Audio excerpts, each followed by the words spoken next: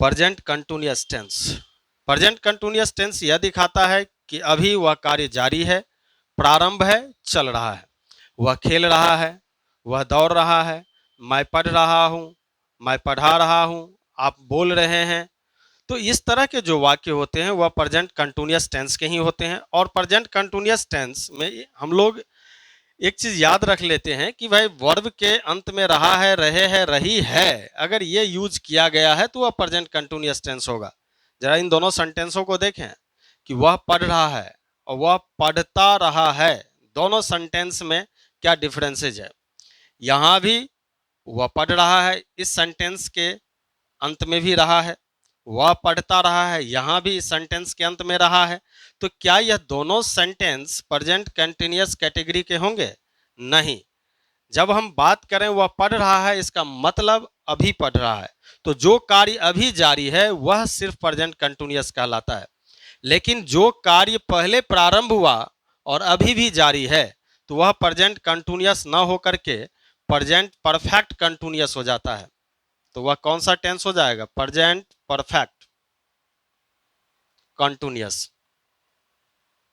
अगर वह present perfect continuous हुआ तो वह प्रेजेंट परफेक्ट कंटिन्यूअस के स्ट्रक्चर को लेगा, और अगर वह प्रेजेंट कंटिन्यूअस है तो प्रेजेंट कंटिन्यूअस के स्ट्रक्चर में आएगा। बस दोनों में अंतर यही है, जबकि पहचान दोनों का सेम है, बस एक्शन में डिफरेंसेज है। तो इस बातों को याद रखनी है। तो वह पढ़ता रहा है, अगर इसका फॉर्मेशन करें तो क्या होगा? He has been reading. यहां ही इज रीडिंग लिखना गलत हो जाएगा। क्यों? क्योंकि यह कार्य पहले शुरू हुआ और अभी भी जारी है। तो दोनों का डिफरेंसेज को हमें याद रखनी होगी। और रहा है, रहे है, रही है देख करके ये नहीं कि चलो आईएनजी का यूज कर दो और काम चल जाएगा, ऐसा नहीं होगा। पहले इसको देखें, अंतर समझ में आ गया। छोटा नाम छोटा काम, वह पढ़ रहा है, प्रेजेंट कंटिन्यूअस। लॉन्ग टर्म में अगर होगा तो लॉन्ग टर्म का नेम लेगा। तो प्रेजेंट परफेक्ट कंटिन्यूअस, इस टेंस को देखते हैं तो यह बड़ा सा नाम दिख रहा है। अगर यह बड़ा सा नाम दिख रहा है, इसका मतलब हमें याद में रखना होगा कि भाई, याद रखने के लिए यह ठीक है कि बड़ा नाम है तो काम भी इसका क्या होगा? पहले से शुरू होगा, अभी भी जारी होगा। तो लॉन्ग टर्म की बात करेगा तो प्रेजेंट परफेक्ट कंटिन्यूअस या लॉन्ग टर्म में आ गया, और प्रेजेंट कंटिन्यूअस शॉर्ट टर्म में आ गया। तो जो काम अभी जारी है प्रेजेंट कंटिन्यूअस, जो पहले प्रारंभ हुआ और अभी भी जारी है वह प्रेजेंट परफेक्ट कंटिन्यूअस। दोनों में डिफरेंसेज यही है। हम लोगों को पढ़ना क्या है? प्रेजेंट कंटिन्यूअस टेंस पढ़ना है। हेडिंग दे प्रेजेंट कंटिन्यूअस, और उसके बाद हम लोग प्रेजेंट परफेक्ट कंटिन्यूअस पढ़ेंगे आगे चल करके। उसमें हैज हैव के साथ बिन का यूज होता है, इस चीजों को देखेंगे। दोनों में डिफरेंसेस समझ में आ गया कि सिर्फ रहा है, रहे है ये नहीं देखना है, बल्कि ये भी याद रखना है कि अगर वाक्य के अंत में ये हो लेकिन वह बात कब का की जा रही है, यानी जो कार्य अभी जारी है, अभी जारी है के अर्थ में दे, ऐसे सेंटेंस को ही हम बोलते हैं। अभी शुरू हो और अभी जारी हो तो वह प्रेजेंट कंटिन्यूअस कहलाता है। अब सब्जेक्ट के साथ हम इज आर एम का यूज करेंगे, उसके बाद V1 प्लस आईएनजी। आईएनजी का काम ही है कि वर्ब में क्या डालना, किसी भी वर्ब में मोशन देने का काम करता है, गति देने का काम करता है। रन का अर्थ दौड़ना, अगर उसमें हम आईएनजी दिए तो रनिंग का अर्थ दौड़ रहा, वह गति में आ गया। प्ले का अर्थ खेलना, अगर उसमें हम आईएनजी का यूज किए, प्लेइंग किए, तो इसका अर्थ खेल रहा, वह मोशन में चला आया। रीड का अर्थ पढ़ना, तो रीड में अगर आईएनजी का यूज किए तो रीडिंग का अर्थ क्या हो गया? पढ़ रहा, यह गति में आ गया। तो आईएनजी का अर्थ होता है किसी भी एक्शन को क्या करना? मोशन डालना। तो सब्जेक्ट के साथ हम इज आर एम का यूज करेंगे, V1 प्लस आईएनजी लेंगे प्रेजेंट कंटिन्यूअस में। कहाँ इज, कहाँ आर और कहाँ एम, ये तो बहुत ही सिंपल सा चीज है, ये सबको पता होगा, फिर भी मैं बता रहा हूं कि आई के साथ हम एम का यूज करेंगे, वी के साथ आर का यूज करेंगे, यू के साथ आर का यूज करेंगे, दे के साथ आर का यूज करेंगे। और जो भी प्लूरल सब्जेक्ट हो, प्लूरल का अर्थ क्या हुआ? ऐसा सब्जेक्ट जिसकी संख्या क्या हो? एक से अधिक हो।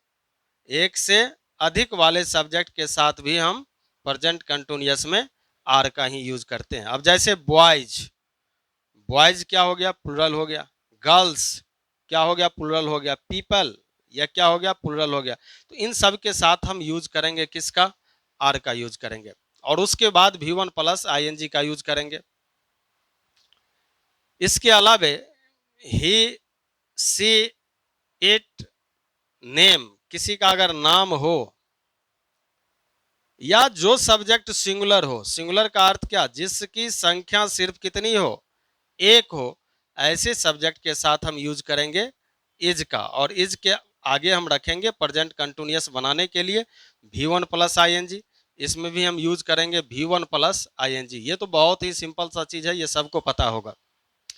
तो सब्जेक्ट हमारा सिंगुलर होगा तो वर्ब सिंगुलर लेगा, सब्जेक्ट अगर प्लूरल है तो वर्ब किसका होगा, प्लूरल फॉर्म में आ जाएगा। इस बातों को याद रखनी है।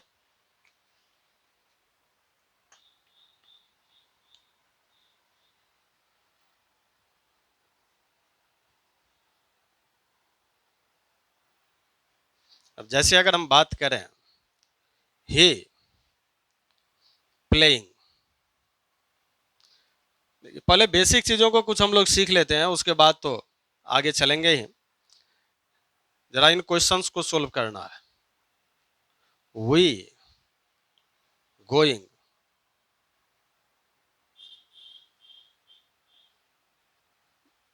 मोहन एंड सोहन रीडिंग,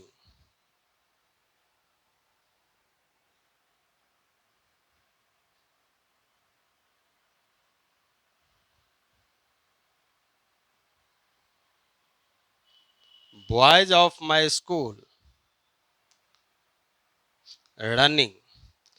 अब इन सेंटेंसों में से हमें इज आर एम का यूज करना है। तो पहला सेंटेंस में देखते हैं, ही सब्जेक्ट सिंगुलर है, सिंगुलर होने के वजह से इस सेंटेंस में किसका यूज होगा, इज का। दूसरा सेंटेंस है वी क्या होता है, प्लूरल होता है, एक से अधिक हो गया, तो इसमें हम वर्ब कौन सा रखेंगे, आर। मोहन एंड सोहन, इसमें सब्जेक्ट सिंगुलर हुआ कि प्लूरल, एंड कंजंक्शन है, जोड़ने का काम करता है, और मोहन और सोहन को जोड़ दिया, यहाँ पे जो पर्सन हो गया वह दो आ गया, और एक से अधिक हो गया तो वह क्या होता है, प्लूरल होता है, इसलिए इसमें वर्ब जो होगा वह क्या हो जाएगा, आर हो जाएगा। अब चौथा सेंटेंस में बताएं, the boys of my school क्या होगा, इज रनिंग की आर रनिंग। सब्जेक्ट क्या है इसका, सब्जेक्ट है बॉयज, बात किसकी की जा रही है, मेरे स्कूल के लड़के। अब लड़के के विषय में बात कर रहे हैं तो इसलिए बॉयज के लिए हम यूज करेंगे किसका, आर का, ना कि हम स्कूल के विषय में बात कर रहे हैं। बात किसके विषय में हो रही है, मेरे स्कूल के लड़के, स्कूल नहीं बल्कि मेरे स्कूल के लड़के। तो लड़का क्या हो गया, सेंटेंस का सब्जेक्ट हो गया, और बॉयज क्या है, प्लूरल है, इसलिए वर्ब क्या हो गया, यहाँ पे प्लूरल आ गया।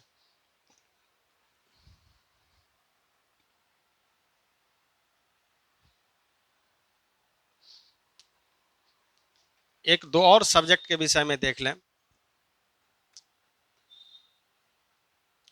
अ team of players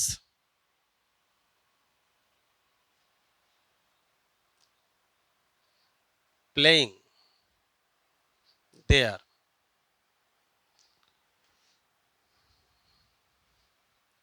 players playing there, किसका यूज करेंगे, अ टीम ऑफ प्लेयर्स। बात किसके विषय में हो रही है, टीम के विषय में बात हो रही है कि प्लेयर्स के विषय में बात हो रही है। टीम ऑफ प्लेयर्स का अर्थ क्या हुआ, खिलाड़ियों का समूह, खिलाड़ियों का समूह। अब यहाँ पे खिलाड़ियों का समूह यानी जो मेन सब्जेक्ट है वह क्या हो गया, समूह हो गया, खिलाड़ी नहीं रहा बल्कि खिलाड़ियों का समूह, और उस समूह के विषय में हम बात कर रहे हैं। तो यहाँ पे मेन सब्जेक्ट क्या हो गया, टीम, और टीम के आधार पर अगर हम यूज करें तो यहाँ पे टीम क्या है, सिंगुलर फॉर्म में फंक्शन कर रहा है। अगर यह सिंगुलर फॉर्म में फंक्शन कर रहा है तो यहाँ पे हम यूज करेंगे इज का, a team of players is playing there. यहाँ प्लेयर्स को देख करके नहीं आर का यूज कर देना है। लेकिन दूसरा सेंटेंस देखते हैं, प्लेयर, यहाँ पे बात किसकी हो रही है, प्लेयर्स की ही बात हो रही है, और प्लेयर्स यहाँ पे किसका काम कर रहा है, प्लूरल सब्जेक्ट का काम कर रहा है, खिलाड़ियों के विषय में बात कर रहे हैं। तो यहाँ पे हम वर्ब किसका यूज करेंगे, आर का। तो यही याद रखना है कि सब्जेक्ट सिंगुलर हो तो सिंगुलर वर्ब होगा, सब्जेक्ट प्लूरल हो तो प्लूरल वर्ब का प्रयोग करेंगे। प्रेजेंट कंटिन्यूअस का जो मेन स्ट्रक्चर है वही है कि सब्जेक्ट के साथ is are am plus V1 plus ING का यूज करेंगे। चलिए अब इसी टर्म को थोड़ा सा आगे बढ़ाते हैं और देखते हैं कि दोनों में अंतर क्या है।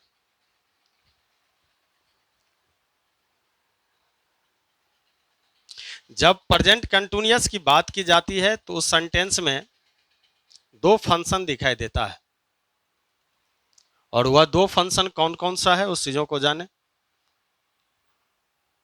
जैसे वह पढ़ रहा है,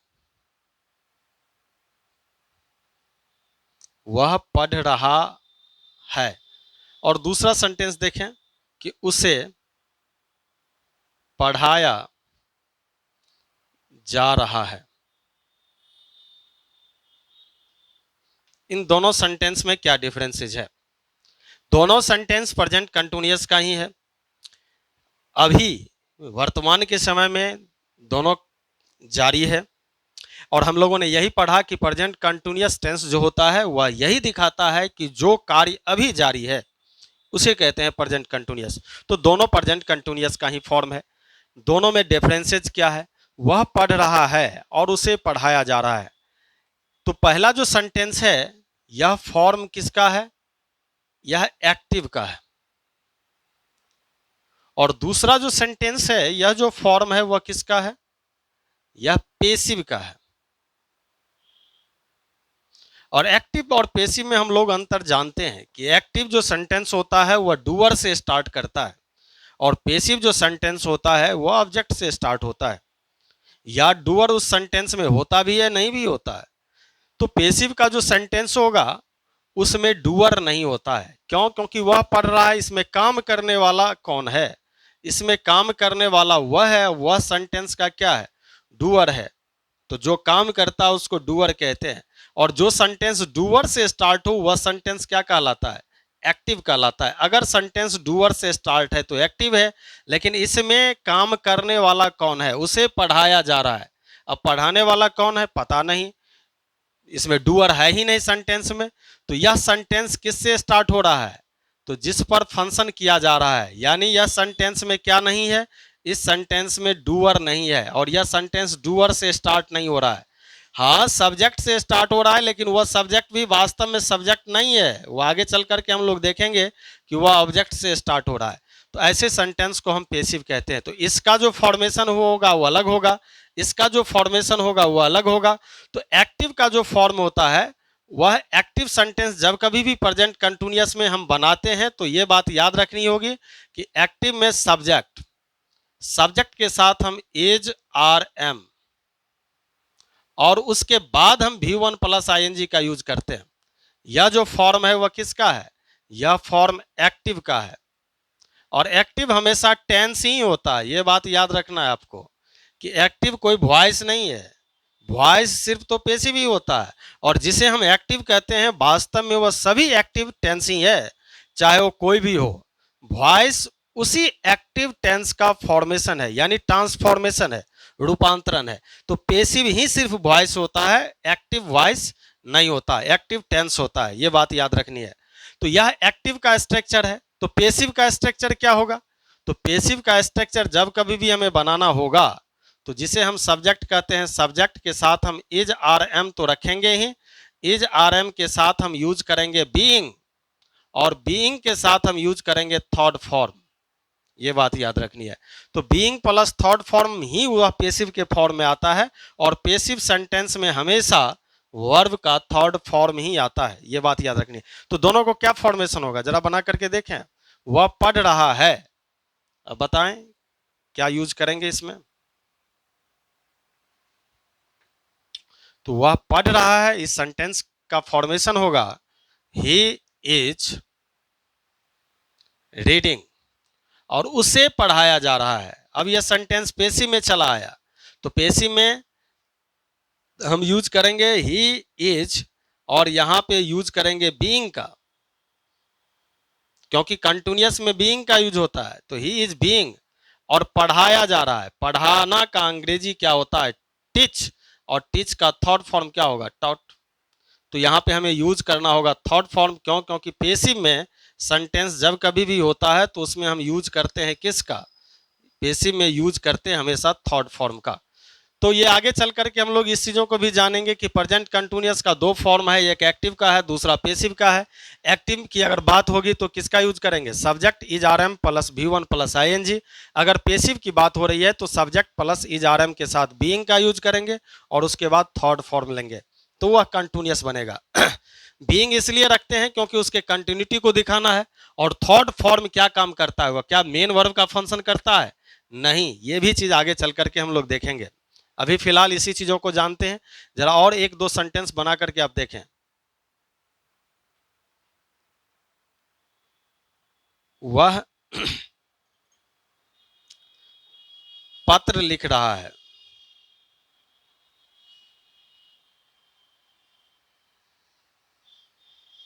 और दूसरा सेंटेंस देखें, पत्र लिखा जा रहा है। दोनों में क्या अंतर है? एक सेंटेंस एक्टिव में है, क्यों? क्योंकि वह पत्र लिख रहा है, इसमें काम करने वाला कौन है? वह।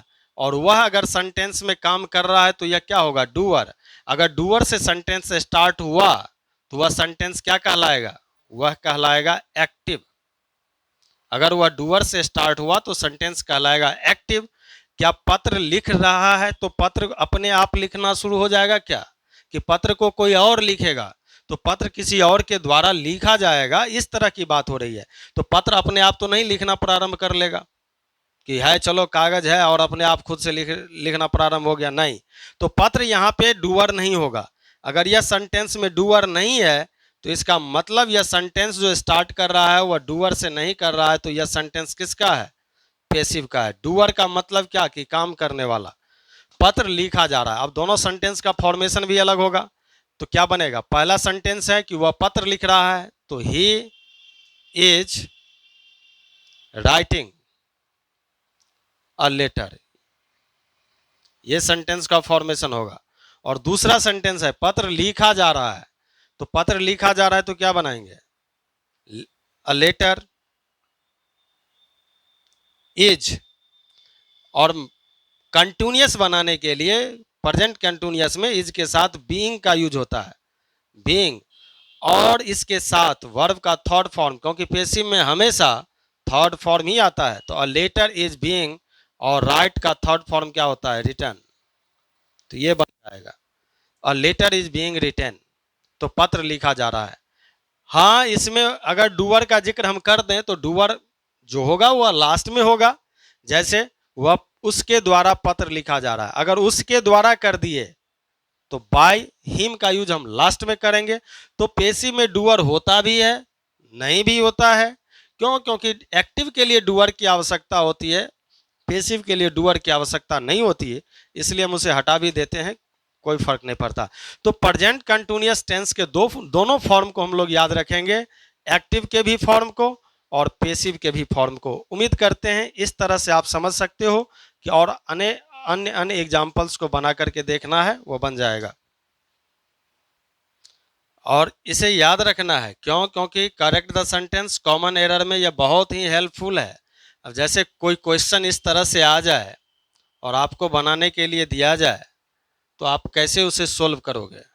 जैसे क्वेश्चन है, इस तरह का क्वेश्चन अगर आपसे पूछा जाए कि अ बुक इज, और ऑप्शंस में दे दिया जाए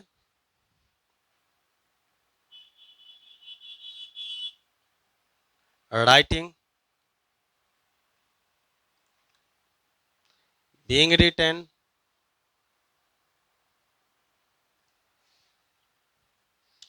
राइट्स,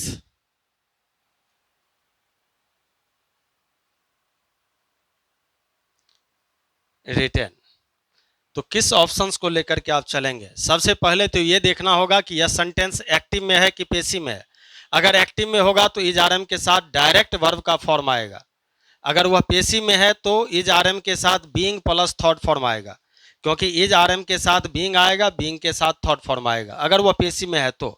नहीं, अगर वह एक्टिव में है तो एक्टिव और पैसिव की पहचान तो हम लोगों ने कर लिया कि अगर डूअर से स्टार्ट हो रहा है, काम करने वाले से स्टार्ट हो रहा है तो वह एक्टिव होगा।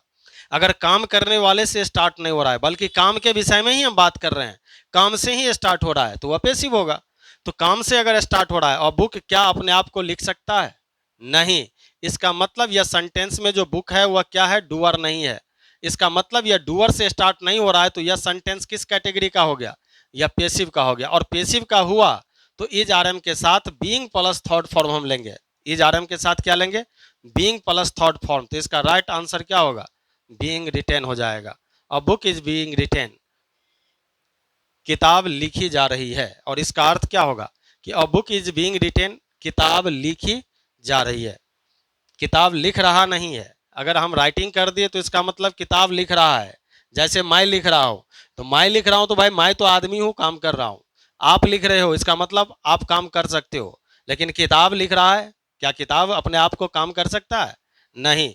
इसका अर्थ हुआ कि बुक इज राइटिंग नहीं लिख सकते, तो राइटिंग ऑप्शन गलत हो गया, क्योंकि किताब अपन लिखना शुरू करेगा, किताब तो नॉन लिविंग थिंग है, काम कहाँ से करेगा? तो ये बात याद रखनी है। तो यह डूअर नहीं है, तो पैसिव में है। तो यह हेल्पफुल होगा आपको आगे चल करके। कुछ और महत्वपूर्ण बातों को जान लेते हैं, उसके बाद इसका जो स्ट्रक्चर है उस सब चीजों को समझेंगे। स्टैटिव और डायनामिक, क्या सभी वर्ब में आईएनजी का? देखिए कि हम लोगों ने अभी पढ़ा कि सब्जेक्ट, सब्जेक्ट के साथ हम क्या यूज करते हैं प्रेजेंट कंटिन्यूअस में? Is are am plus V1 plus ING, ये यूज करते हैं। और यह सेंटेंस किसके लिए आता है? एक्टिव के लिए, टेंस के लिए। लेकिन अगर इसी टेंस का ट्रांसफॉर्मेशन जब हम करते हैं, इसी टेंस का जब हम ट्रांसफॉर्मेशन करते हैं, तो क्या सेंटेंस में आता है? सब्जेक्ट, ऑब्जेक्ट वाला subject plus is are am plus being, और उसके बाद आता है थर्ड फॉर्म। आगे चल करके एजेंट डूअर का यूज होता है। और यह सेंटेंस का कैटेगरी कौन सा हो गया? यह पैसिव के फॉर्म में आ गया। यही दो चीजों अभी हम लोगों ने पढ़ा है कि एक्टिव और पैसिव के फॉर्म को, कि इज आरएम के साथ हम दो फॉर्म रखते हैं, V1 प्लस आईएनजी, या इज आरएम के साथ बीइंग प्लस थर्ड फॉर्म का हम यूज करते हैं।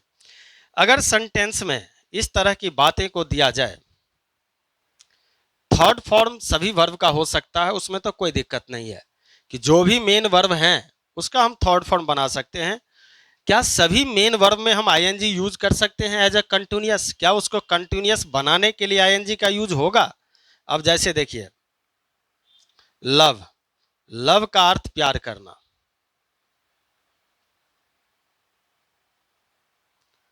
तो चलो लव का हम लव्ड तो कर सकते हैं, इसका थर्ड फॉर्म तो हम दे सकते हैं, लेकिन क्या इसका आईएनजी वाला फॉर्म हम दे सकते हैं? क्या आईएनजी का फॉर्म हो सकता है? अगर आईएनजी का फॉर्म कंटिन्यूअस में देने की हमने कोशिश किया तो इसका मीनिंग क्या होगा? तो ये दो तरह के मेन वर्ब होते हैं, एक होता है एस्टाइटिव, दूसरा होता है डायनामिक। और जब तक हम कंटिन्यूअस में एस्टाइटिव और डायनामिक के फंक्शन को नहीं समझेंगे तो यह दिक्कत हो जाएगा कि किस वर्ब में आईएनजी का यूज करते हैं और किस वर्ब में आईएनजी का यूज नहीं करते हैं। तो वर्ब के कैटेगरी को पहले हम समझ लें कि वर्ब जो होता है वह दो तरह से होता है। कौन कौन सा है? एक डायनामिक है, हालांकि मैं यह पढ़ा चुका हूं, और विस्तृत जानकारी के लिए आपको जाना होगा प्लेलिस्ट में, और प्लेलिस्ट में आप देखेंगे वहां पे कि स्टैटिव और डायनामिक मैं पढ़ा चुका हूं, किस वर्ब के साथ आईएनजी का यूज होता है और किस वर्ब के साथ आईएनजी का यूज नहीं होता है। अगर हम स्टैटिव में आईएनजी का यूज करते हैं तो क्या होगा? उसका मीनिंग चेंज हो जाएगा। तो स्टैटिव में अगर हम आईएनजी का यूज करते हैं तो उसका मीनिंग बदल जाता है। आप प्लेलिस्ट में चले जाएं, वो वीडियो अवेलेबल है, और वहां से इसको पूरा पढ़ लें। उसके बाद कंटिन्यूअस को जब आप पढ़ेंगे तो वहां पे आपको यह बहुत ही मदद करेगा। तो डायनामिक का मतलब क्या हुआ? गतिशील क्रिया, गतिशील। और स्टैटिव का मतलब क्या हुआ? अस्थिर, ऐसा एक्शन जो अस्थिर हो। और जब कभी भी हम आईएनजी की बात करते हैं, आईएनजी, आईएनजी क्या करता है? मोशन देता है। यही पढ़े हम लोगों ने कि आईएनजी का काम क्या है? किसी भी एक्शन में गति डालना। अगर गो है तो गो में आईएनजी का यूज किए तो गोइंग हो गया, वो मोशन में चला आया। रन है तो रनिंग हो गया, आईएनजी में अगर यूज किए तो मोशन में चला आया। तो जरा सोचिए कि जो वर्ब डायनामिक होगा, जो गति में होगा, यानी गति की कैपेबिलिटी को रखना चाहता होगा, उसी में हम आईएनजी का यूज करते हैं। लेकिन जो वर्ब गति के कैपेबिलिटी को एक्सेप्ट नहीं करता हो, अर्थात ऐसे भी समझ सकते हैं कि रुके हुए चीजों को हम कहते किस तरह से उसको हम गति में डाल सकते हैं, तो एस्ट्राटिव जो होता है वह आईएनजी का यूज नहीं लेता है। तो यही चीज है, अगर आईएनजी का यूज हम करते हैं तो उसका मीनिंग चेंज हो जाता है। अब कौन से ऐसे वर्ब हैं, हल्का सा मैं यहाँ हिंट बता देता हूं, हालांकि इसको पढ़ने के लिए आप ये बहुत लंबा टॉपिक है, वहां से अब लगभग 1 घंटा का वीडियो है, तो वहां जाकर के पढ़ लें तो बेहतर होगा। अब मैं यहाँ कंटिन्यूस पढ़ा रहा हूँ और स्टैटिक डायनामिक के अगर पूरे फॉर्म को पढ़ाने लगा तो फिर यह कंटिन्यूस छूट जाएगा, तो इसीलिए वहां से पढ़ लेना है आपको। हल्का सा मैं यहाँ हिंट दे देता हूँ कि किस वर्ब में आईएनजी का यूज जनरली हम करना है कंटिन्यूस बनाने के लिए और किस में नहीं करना है। तो जो एक्शन, जिस एक्शन को करने के लिए फिजिकल एनर्जी, किस चीजों की जरूरत पड़े, शारीरिक ऊर्जा की जरूरत पड़े, उसमें हम यूज कर देंगे आईएनजी का। और एक ऐसा एक्शन जिसमें हमें मेंटल एनर्जी की आवश्यकता होती है, मानसिक ऊर्जा, उसमें हम यूज नहीं करेंगे आईएनजी कंटिन्यूअस बनाने के लिए। यह बात याद रखनी है। अब जैसे देखिए, आई एम रनिंग, मैं दौड़ रहा हूं। अब दौड़ने के लिए हमें चाहिए क्या, फिजिकल एनर्जी चाहिए, शारीरिक ऊर्जा चाहिए। तो अब इस शारीरिक ऊर्जा का यूज इस सेंटेंस में हो रहा है, यानी ताकत लग रही है, दम लग रहा है, तो उसमें हम गति डाल सकते हैं। तो फिजिकल एनर्जी में आईएनजी का यूज हम कर देते हैं। जैसे ही इज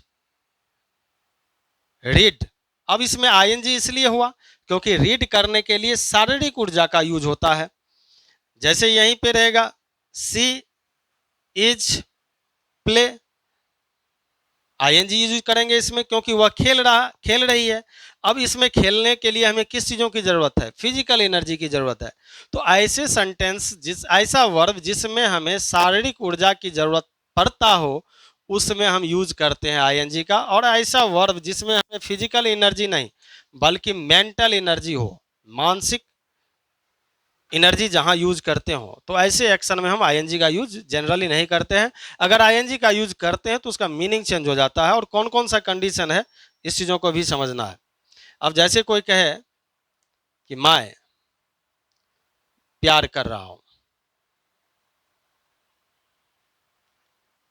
क्या यह सेंटेंस में आई एम लविंग करेंगे, I am loving, according to structure तो यही होना चाहिए कि इज आर एम के साथ V1 प्लस आईएनजी आता है।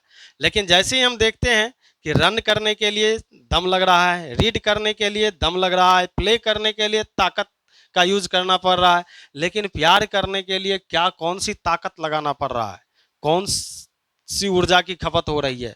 तो प्यार करने के लिए हमें किसी भी शरीर के पार्ट्स का इस्तेमाल नहीं करना पड़ रहा है, उसमें ऊर्जा नहीं डालना पड़ रहा है, इसलिए हम आई एम लविंग का यूज यहां नहीं करेंगे, डायरेक्ट लिखेंगे आई लव। तो आई लव यहां पे लिखना होगा, न कि आई एम लविंग होगा।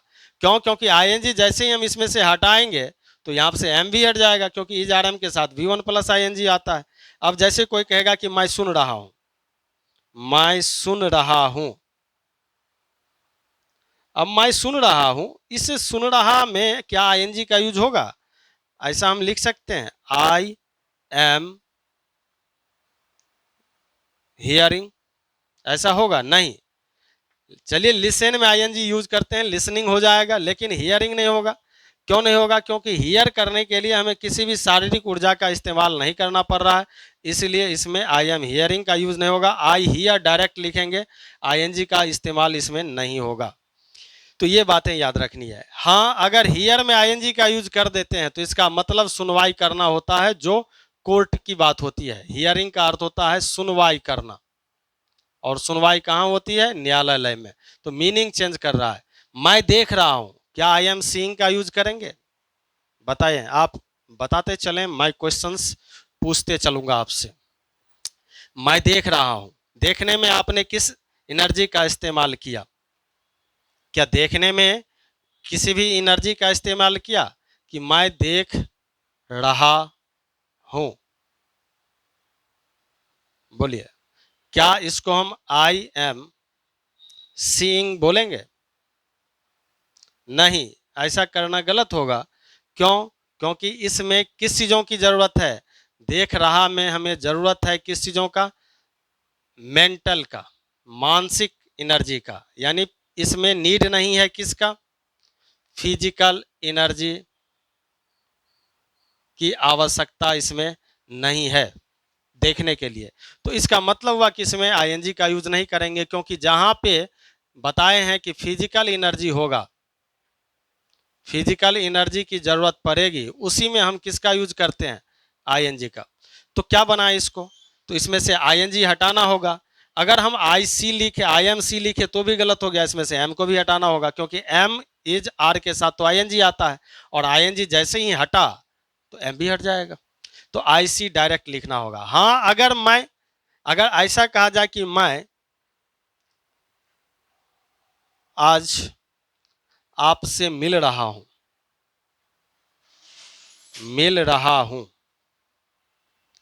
आप आज आपसे मिल रहा हूं, तो ऐसे कंडीशन में I am seeing you today,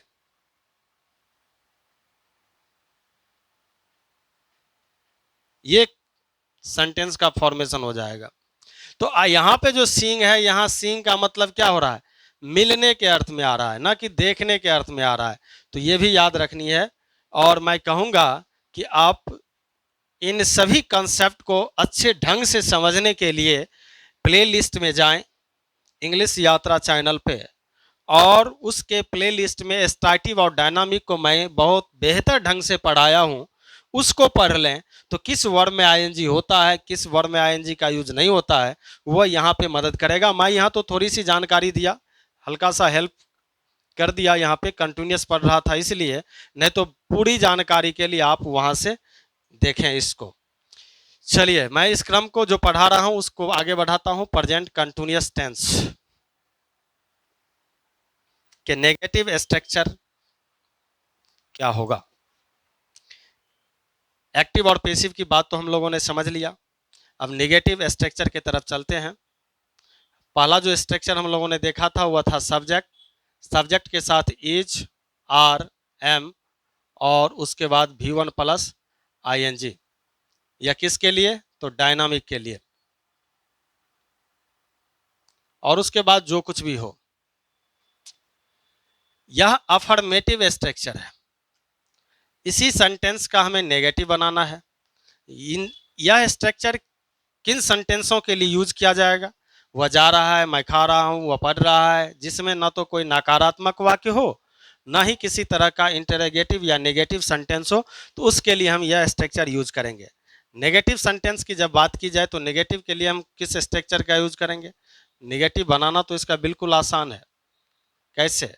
क्योंकि जो हेल्पिंग वर्ब है उसी हेल्पिंग वर्ब के साथ नॉट लगते हैं, तो सेंटेंस क्या बन जाता है? निगेटिव बन जाता है।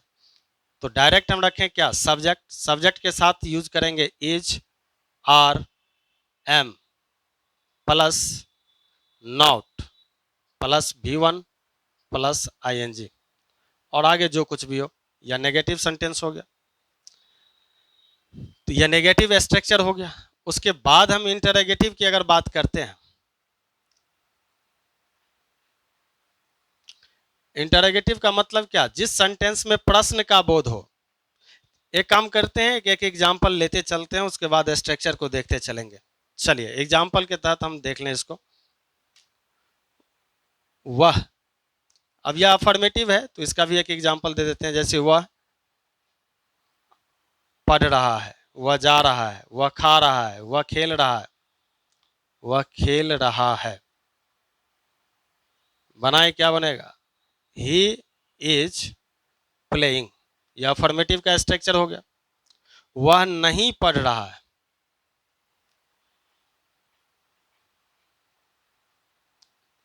बनाते चलें, यह नेगेटिव का स्ट्रक्चर है। तुम अपना काम नहीं कर रहे हो,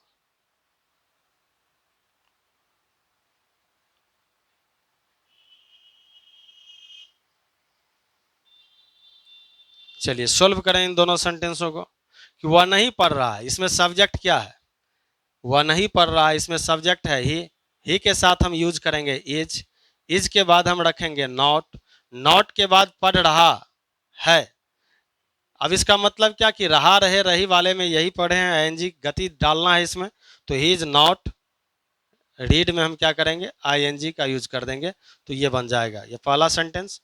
और दूसरा सेंटेंस को बनाए, तुम अपना काम नहीं कर रहे हो, इसमें सब्जेक्ट क्या हो गया यू, और यू के साथ हम क्या यूज करते हैं आर। अब यू के साथ हम यूज करते हैं आर के बाद हम क्या यूज करेंगे नॉट। इन तीनों में से किसी एक को ही रखना है, ऐसा नहीं कि तीनों इज आर एम का यूज कर दें। तो यू आर नॉट, अब उसके बाद वर्ब का फॉर्म क्या है, इसमें काम नहीं कर रहा है, अपना काम, ये यहाँ पे काम जो अपना हो गया या नॉन हो गया, क्यों, क्योंकि पॉजिटिव एडजेक्टिव के साथ आया, तो करना जो है सेंटेंस का वर्ब हो गया, तो यहाँ पे डू का यूज करेंगे, और कर रहा तो डूइंग लगाएंगे, और अपना काम का क्या रखेंगे, सब्जेक्ट यू है तो यू का अपना काम के लिए हम योर रखेंगे, और यहाँ पे वर्क का यूज करेंगे। तो क्या बना, you are not doing your work. इस तरह से हम सेंटेंस का फॉर्मेशन करेंगे। तो जो नेगेटिव सेंटेंस होगा उसमें नहीं का यूज करना है, और उसमें इज आर एम के साथ not plus V1 plus ING का यूज करते हैं, बस यही याद रखना है। कोनो भारी थोड़े है, ये बिल्कुल आसान है, और इतना आसान है जितना कि कहा नहीं जा सकता। बस थोड़ी सी बातें आपको याद रखनी है, लेकिन वही याद नहीं रखता है, यही तो दिक्कत है ना जी। चलिए मिटा दें। नेगेटिव समझ में आ गया, इंटरोगेटिव स्ट्रक्चर को देख लेते हैं।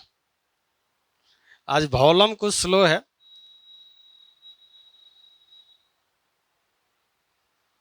वेदर की वजह से। चलिए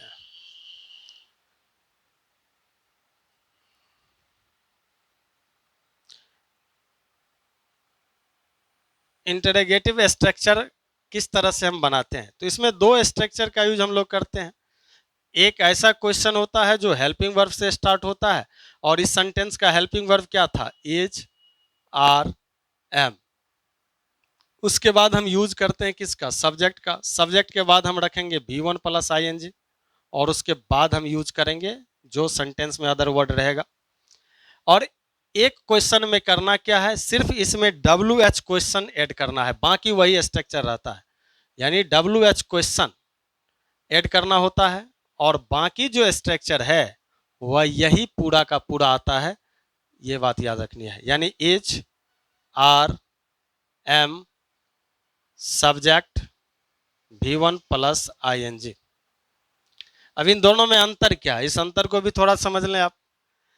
वैसे तो मैं पहले भी बता चुका हूं प्रेजेंट इंडेफिनिट में भी, कि दो तरह से क्वेश्चन होता है। एक ऐसा क्वेश्चन होता है जिसका उत्तर हाँ या ना में होता है, और एक ऐसा क्वेश्चन होता है जिसको कारण बताना पड़ता है। क्या आप पढ़ रहे हैं, हाँ या ना, आप क्या पढ़ रहे हैं, यहाँ हाँ या ना से काम नहीं चलेगा, बताना पड़ेगा कि आप किस सब्जेक्ट की तैयारी कर रहे हैं, किस चीज़ों को पढ़ रहे हैं। वह क्यों जा रहा है, बताना पड़ेगा कारण। क्या वह जा रहा है, हाँ या ना। तो ये दो क्वेश्चंस है, इन दोनों क्वेश्चंस को दोनों स्ट्रक्चर पे हम देखेंगे। तो पहला जो क्वेश्चन है वह यस नो वाला क्वेश्चन है, हाँ या ना में उत्तर दिया जा सकता है। तो ये जो क्वेश्चन है वह क्या है, यस नो क्वेश्चन, ये है। और दूसरा जो क्वेश्चन है वह यस नो नहीं है, बल्कि यह कारण वाला है। और WH के विषय में भी हम लोगों ने कई बार पढ़ा है कि WH क्वेश्चन का मतलब क्या सब होता है, what, why, which, where, who, how, ये सभी जो है वह क्या है, WH क्वेश्चन वर्ड है। कितने बार लिखे हैं, बहुत बार लिख चुका हूँ। प्रेजेंट इंडेफिनिट में भी इंटरोगेटिव सेंटेंस का स्ट्रक्चर बता रहे थे, तो वहाँ भी ये इस चीज़ों के विषय में हम लोगों ने जाना था। तो चलिए वहाँ से भी हेल्प, आप कंटिन्यूसली अगर पढ़ते चले जा रहे हैं, आप में कंटिन्यूटी बनी हुई है कि आपने पहला टेंस को पढ़ा, उसके बाद वाले को पढ़ा, उसके बाद वाले को पढ़ा, तब जाकर के उसको समझने में बेहतर होता है। अब सिर्फ बीचे से स्टार्ट कर दें तो क्या होगा, बीच से स्टार्ट करने से तो उतना बेहतर नहीं होगा, फिर भी समझने की कोशिश करते हैं तो समझ में आ जाती है। चलिए देखिए, क्या आप दिल्ली जा रहे हैं?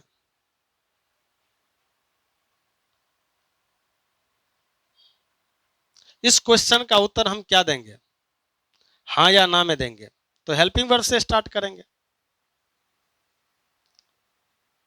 वह, अब यहीं पे रहेगा। आप दिल्ली क्यों जा रहे हैं?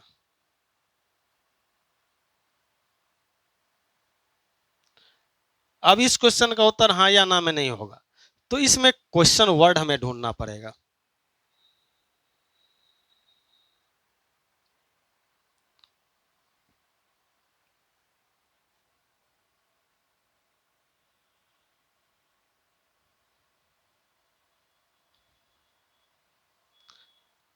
अब देखिए, क्या वह अंग्रेजी पढ़ रहा है? अब इस सेंटेंस को देखिए, पढ़ रहा है, और देखिए वह क्या पढ़ रहा है।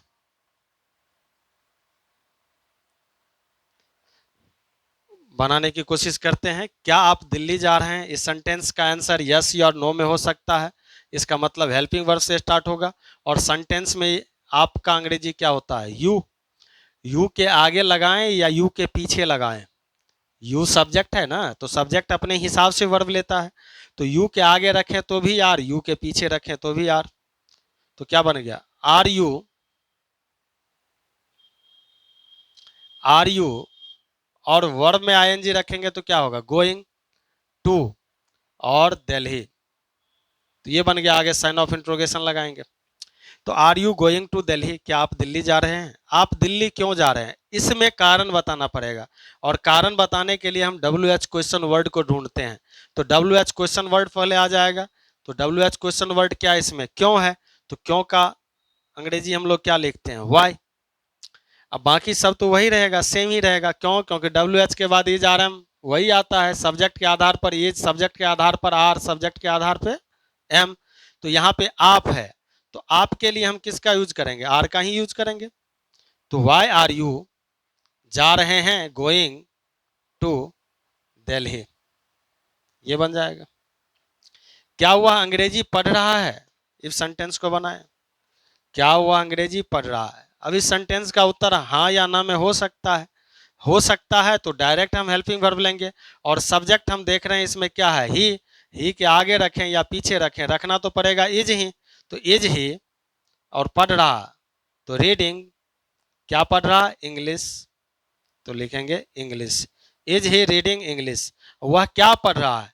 अब इसमें कारण बताना पड़ेगा। हाँ या ना से काम नहीं चलेगा। तो क्या करेंगे? इसमें डब्ल्यू एच ढूंढते हैं। क्या? तो यहाँ पे व्हाट का प्रयोग करना होगा। व्हाट इज ही रीडिंग, ये बनाना होगा, तब जाकर के यह सेंटेंस करेक्ट होगा। तो इस तरह से हम लोग देखते हैं कि व्हाट इज ही रीडिंग या डब्ल्यू एच क्वेश्चन वर्ड वाला हो गया। तो जब सेंटेंस के स्टार्ट में क्या रहता है? जनरली 99% तो हम व्हाट का यूज नहीं करते हैं। लेकिन वही क्या अगर सेंटेंस के बीच में आ जाता है तो वहाँ व्हाट का यूज हो जाता है।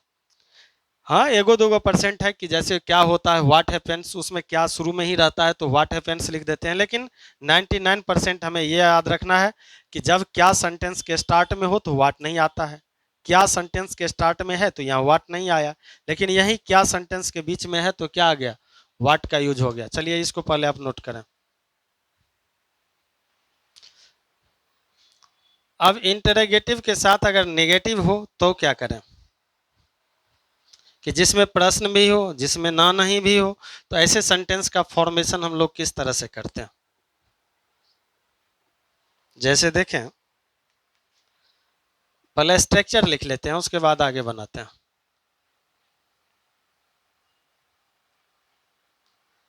Interrogative plus negative. अब यह दो दो फॉर्म लेगा, यानी एक नॉट वाला, एक प्रश्न वाला। तो अगर सेंटेंस में दो स्ट्रक्चर हम बना के देखते हैं, एक कारण बताने वाला, एक हाँ ना वाला, तो यह सेंटेंस हेल्पिंग वर्ब से स्टार्ट करेगा। और प्रेजेंट कंटिन्यूअस का हेल्पिंग वर्ब क्या है? अभी जो हम पढ़ रहे हैं वह कौन सा टेंस है? प्रेजेंट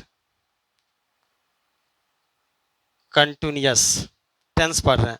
तो इसमें एज, आर, एम, उसके बाद हम यूज करेंगे सब्जेक्ट, सब्जेक्ट के बाद हम रखेंगे नॉट, और उसके बाद V1 प्लस ING का यूज करेंगे। आगे साइन ऑफ इंट्रोगेशन रखेंगे। इंटेरोगेटिव नेगेटिव में साइन ऑफ इंट्रोगेशन ही आता है, और जब क्वेश्चन WH वाला हो तो WH क्वेश्चन रखेंगे, अब बाकी स्ट्रक्चर वही होगा, एज, आर, एम, और उसके बाद हम सब्जेक्ट रखेंगे, सब्जेक्ट के बाद हम नॉट रखेंगे, नॉट के बाद हम V1 प्लस ING का यूज करेंगे, आगे साइन ऑफ इंट्रोगेशन रखेंगे, जो अदर वर्ड हो उसको रखेंगे। हम दोनों पर एक एक एग्जाम्पल बना करके देखते हैं। क्या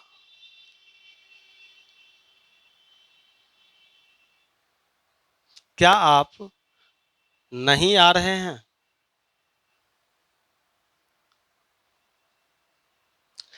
अब इस क्वेश्चन का उत्तर हाँ या ना में हो सकता है।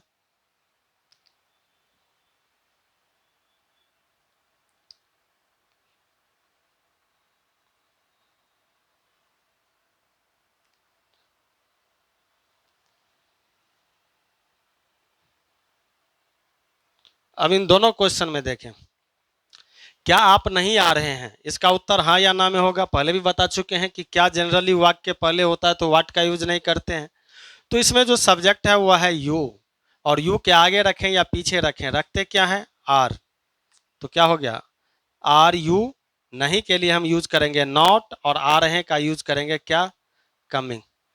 तो ये सेंटेंस का फॉर्मेशन होगा, आर यू नॉट कमिंग। वह क्यों नहीं आ रहा? अब इसमें हाँ या ना में तो काम चलेगा नहीं। क्यों? WH क्वेश्चन वर्ड रखना होगा, तो रखना होगा वाई। अब इसमें सब्जेक्ट है ही, और ही के आगे रखें या पीछे रखें, लेकिन क्वेश्चन बनने के लिए हमें हेल्पिंग वर्ब को क्या करना होता है? पहले ही रखना होता है। तो why is he not reading, यह सेंटेंस का फॉर्मेशन हो जाएगा। हम लोगों ने बारी बारी से सभी स्ट्रक्चर को देख लिया कि क्या अफर्मेटिव का होता है, नेगेटिव का होता है, इंटरोगेटिव का होता है, या इंटरोगेटिव प्लस नेगेटिव का होता है। तो इन स्ट्रक्चर को हमें याद रखना होगा, और याद क्या, ये तो बहुत आसान चीज़ है, वैसे ही याद हो जाता है अगर हम इसको प्रैक्टिस में लाते हैं तो। चलिए पहले इसको नोट करें, उसके बाद हम आगे बताते हैं। चलिए अब मैं इन चीज़ों पर आधारित कुछ क्वेश्चंस करेंगे, और उन क्वेश्चंस को आपको सॉल्व करना है जो अभी हम लोगों ने पढ़ा है।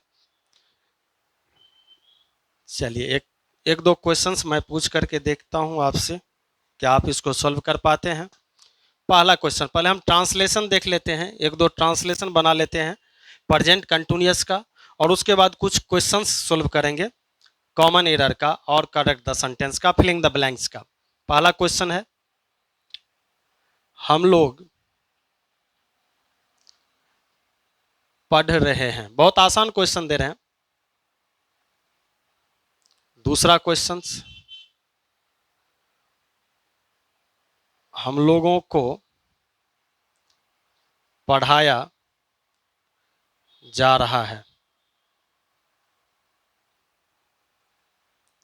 तीसरा,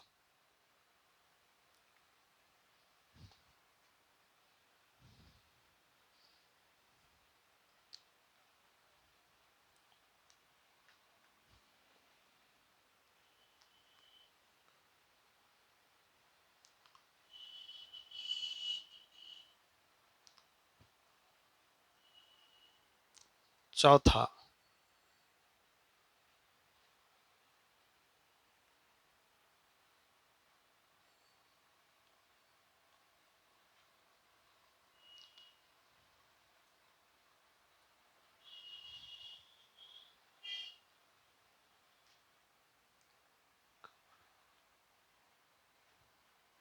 चलिए आप सोल्व करें इसको।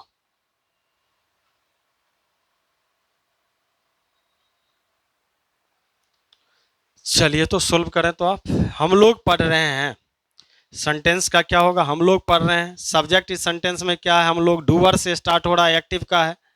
तो दो स्ट्रक्चर हम लोगों ने पढ़ा था, इज आर एम के साथ V1 plus ING, is are am के साथ बीइंग प्लस थर्ड फॉर्म, ये भी तो पढ़ा था। तो यहाँ पे डायरेक्ट बनाएंगे वी आर रीडिंग, अब दूसरा बताएं आप, हम लोगों को पढ़ाया जा रहा है, क्या वी आर रीडिंग लिखेंगे, वी आर टीचिंग लिखेंगे? अगर वी आर टीचिंग लिखते हैं तो इसका मतलब क्या, वी आर टीचिंग, इसका अर्थ तो ये हो गया कि हम लोग पढ़ा रहे हैं। तो वी आर टीचिंग का मतलब क्या, वी आर प्लेइंग का मतलब हम लोग खेल रहे हैं, वी आर रीडिंग का मतलब हम लोग पढ़ रहे हैं, वी आर गोइंग का मतलब क्या, हम लोग जा रहे हैं। तो वी आर टीचिंग का अर्थ क्या, हम लोग पढ़ रहे हैं। तो अगर हम ऐसा बना दें कि वी आर टीचिंग, तो यह सेंटेंस का फॉर्मेशन क्या होगा, ये तो गलत हो जाएगा। तो करना क्या है, यह सेंटेंस है किस में, पेसिव में। और पेसिव में हम लोगों ने स्ट्रक्चर क्या देखा था, कि पेसिव में स्ट्रक्चर यही देखा था कि अगर वह प्रेजेंट कंटिन्यूअस का है, रहा है, रहे या प्रेजेंट कंटिन्यूअस में है, अगर वह प्रेजेंट कंटिन्यूअस का है तो पेसिव का स्ट्रक्चर हम लोगों ने देखा था कि इज, आर, एम, और इसके साथ हम यूज करते हैं बीइंग, और बीइंग के साथ हम यूज करते हैं किसका, थर्ड फॉर्म का। यही पेसिव के स्ट्रक्चर में हम लोगों ने देखा था। तो क्या करेंगे, वी आर, यहाँ पे वी हम लोगों को पढ़ाया जा रहा है, हम लोग नहीं पर काम कर रहे हैं, हम लोग पढ़ नहीं बल्कि हम लोगों को पढ़ाया जा रहा है, यानी पढ़ाने वाले जो व्यक्ति हैं कोई और है, डूअर कोई और है। तो वी यहाँ पे सब्जेक्ट किया, लेकिन यह ऑब्जेक्ट वाला सब्जेक्ट है, वी आर। यह वॉइस में जाकर के आपको इसका क्लियर कंसेप्ट मिलेगा। तो यहाँ पे क्या हो गया, वी आर। अब इसमें हम रखेंगे क्या, बीइंग, और टीच का थर्ड फॉर्म रखेंगे क्या, taught. We are being taught.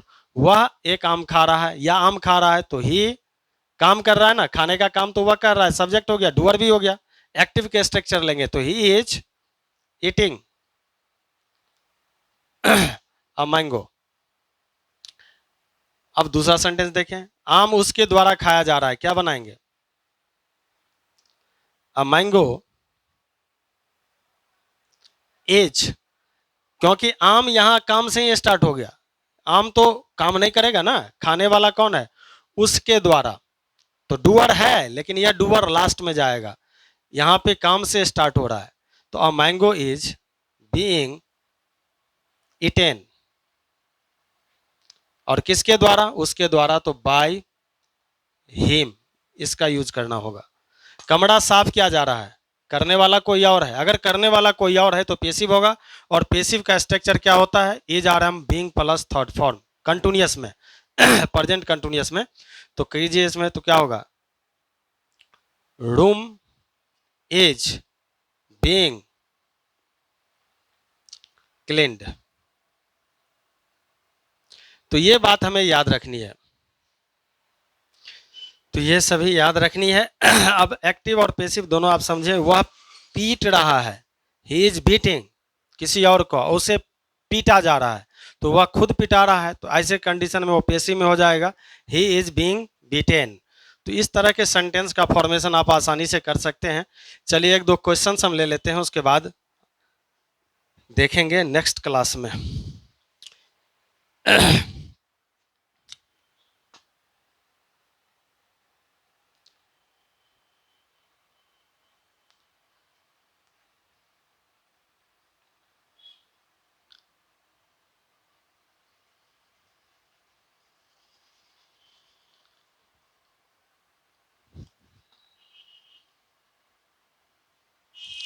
चलिए क्वेश्चंस को सॉल्व करेंगे हम लोग। ऑप्शन देखें,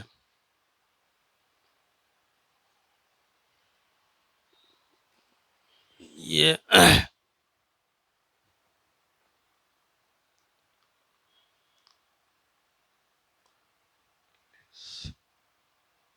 9 ये क्वेश्चंस है।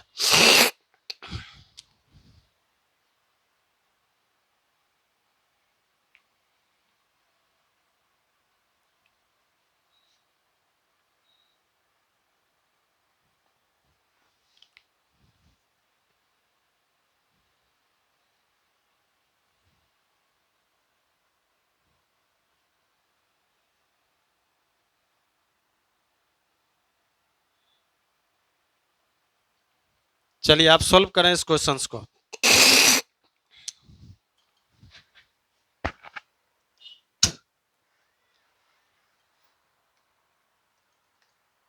और दूसरा क्वेश्चंस देखें,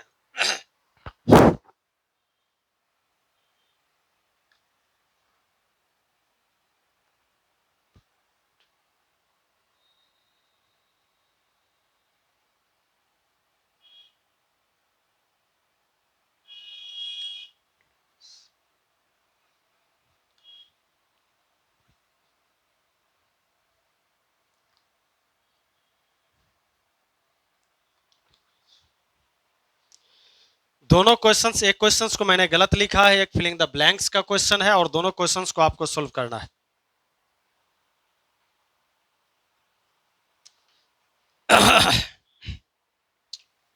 और एक क्वेश्चन और ले लेते हैं।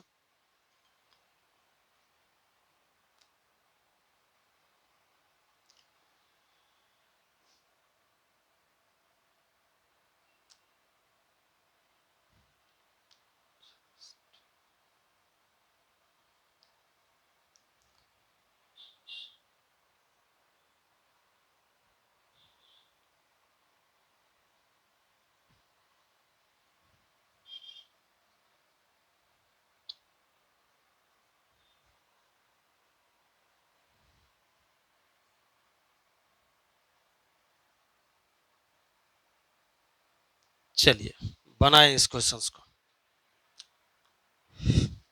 पहला सेंटेंस में ही के साथ तो हम इज भी रख सकते हैं, ही के साथ V1 प्लस SES भी रखा जा सकता है। अगर कहीं ऐसा सेंटेंस लिखा गया हो ही, तो ही रीड्स भी हम लिख सकते हैं, क्या दिक्कत है। ही रीड्स लिखना सही है, ही इज रीडिंग भी लिखना सही हो सकता है, बस अर्थ उसका बदलता चला जाएगा। ही वाज रीडिंग भी लिखना हो सकता है सही, सिर्फ अर्थ उसका चेंज होता चला जाएगा। हाँ, ही रीडिंग नहीं लिख सकते। तो अब बताए इस सेंटेंस में कहां पे क्या दिक्कत है। तो एक वर्ड इसमें यूज किया गया है, वह शब्द कौन सा है, नौ। जब सेंटेंस में नौ का यूज करते हैं तो जनरली वह प्रेजेंट कंटिन्यूअस को रेफर करता है, और ऐसे कंडीशन में हम यूज कर देंगे किसका, is RM plus V1 plus ING, और ही के साथ यूज होता है इज का, इज रीडिंग हो जाएगा नौ। नौ रहने की वजह से, यानी अब अभी की बात होना शुरू हो गया, तो वह अभी अंग्रेजी पढ़ रहा है, अब पढ़ रहा है, तो ये कंटिन्यूटी दिखाएगा अभी के टाइम में, तो वह प्रेजेंट कंटिन्यूअस हो जाता है। तो नौ रहने के वजह से यहाँ सेंटेंस में हमने यूज किया किसका, इज रीडिंग का। समझ में आ रहा है। दूसरा क्वेश्चन में क्या गलती किया है, my friend learns French this days, मेरा फ्रेंड सीखता है आजकल फ्रेंच सीखता है। क्या यह कहना सही होगा कि आजकल मेरा दोस्त फ्रेंच सीख रहा है। दिस डेज जिस तरह से नौ आकर के प्रेजेंट कंटिन्यूअस के कंटिन्यूटी को दिखाया, उसी तरह से दिज आकर के क्या दिखाएगा, प्रेजेंट के कंटिन्यूटी को दिखाएगा। तो यहाँ पे हमें यूज करना होगा इज लर्निंग, तब जाकर के सेंटेंस सही होगा। तो my friend is learning French this days, मेरा दोस्त आजकल फ्रेंच सीख रहा है। चलिए काम तमाम हो गया, लाइट भी समाप्त हो गया, आगे देखते हैं। गया ही टू मी जस्ट नाउ, बस आज यहीं पे हम छोड़ देंगे क्योंकि लाइट का स्थिति बहुत खराब है। ही टू मी जस्ट नाउ, अब इस सेंटेंस में नाउ तो है लेकिन जुड़ा हुआ है जस्ट नाउ के साथ, और जस्ट नाउ का अर्थ होता है अभी अभी। अब नाउ रहने पर अभी कंटिन्यू दिखाएगा, लेकिन यह अभी अभी के सेंटेंस में वह सिंपल पास्ट के फॉर्म में चला जाता है, इसीलिए नाउ रहने पर प्रेजेंट कंटिन्यूअस को हम दिखाएंगे, और जस्ट नाउ रहने पर सिंपल पास्ट का यूज करेंगे। ऐसे कंडीशन में हम इज रीडिंग का, इज कमिंग का यूज नहीं कर सकते, वाज कमिंग का यूज नहीं कर सकते, इज कम्स का यूज नहीं कर सकते, केम रखेंगे। यानी वह मेरे पास अभी आया है, यानी अभी अभी आया है, तुरंत आया है। जस्ट नाउ यानी तुरंत ही आया है। तो ऐसे कंडीशन में हम यूज कर देते हैं केम का। चलिए बस आज यहीं तक रखते हैं, इसके बाद हम लोग नेक्स्ट क्लास में डिस्कस करेंगे।